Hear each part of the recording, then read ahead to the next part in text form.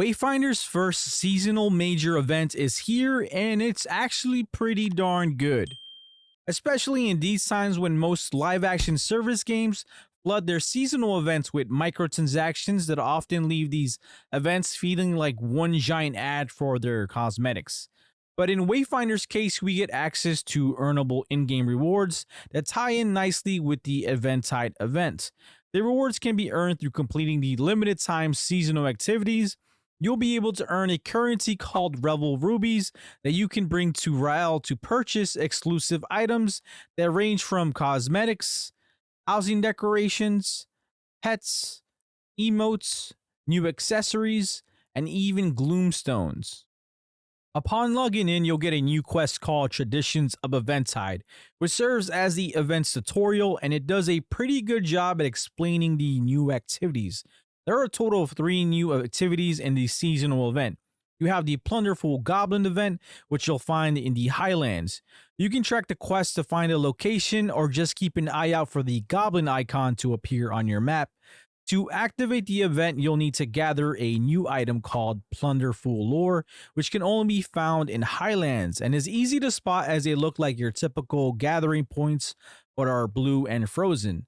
Once all 3 lures are placed at the site, a Festive Goblin will appear and you'll have to defeat it before it gets away.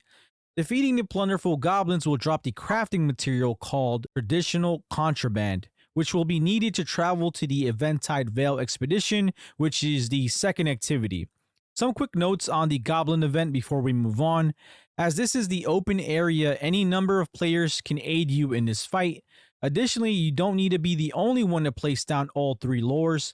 Matter of fact, it might be smarter to load into Highland areas where you see multiple players waiting around the Goblin site, or of course, you can team up with friends if you have any. Next seasonal activity, the Eventide Vale Expedition.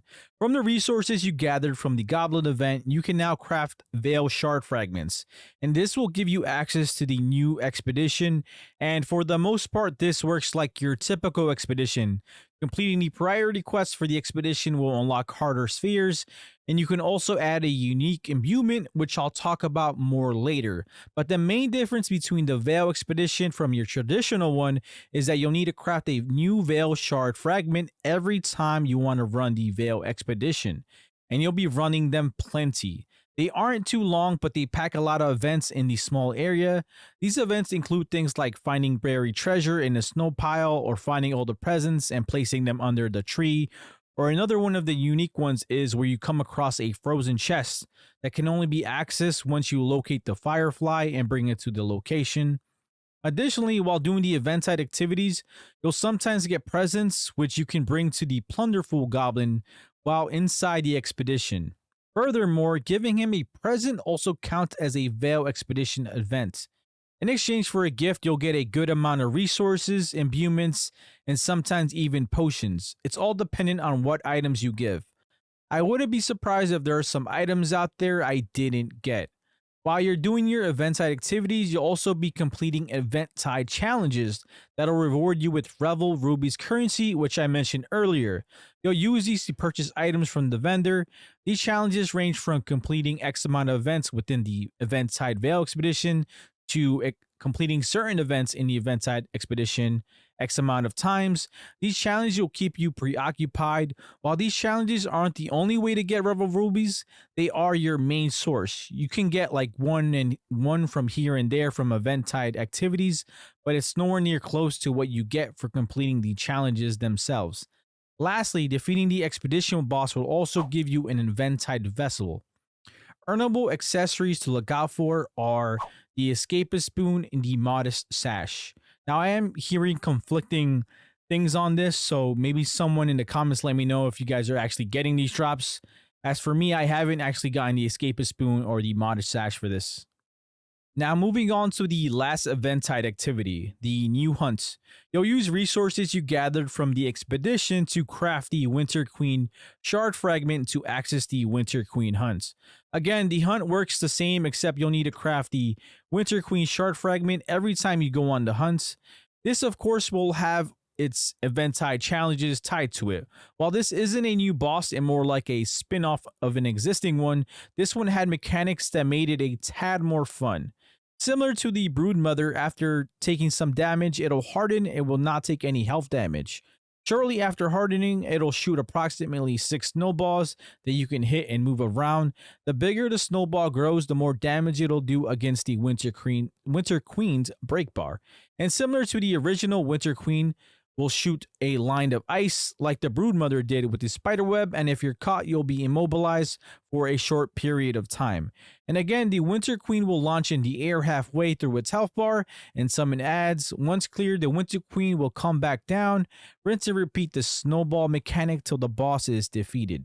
Earnable rewards for this hunt are the Winter Queen Echo, which is triggered by losing half your guard break meter, and its effect, it creates a damage shield equal to 25% max health and a 50% reduction to incoming break damage. You can also earn the following accessories: the Ever Cold Eye, the Queen's Hide Ligatures. Additionally, you can get Ever Frost Bombs, which are the unique and limited time imbuements that can be applied to both the new hunts and the expedition.